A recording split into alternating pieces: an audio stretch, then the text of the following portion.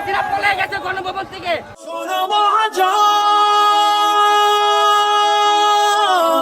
আমি নয় তো একজন, শোনো মহাজন, আমরা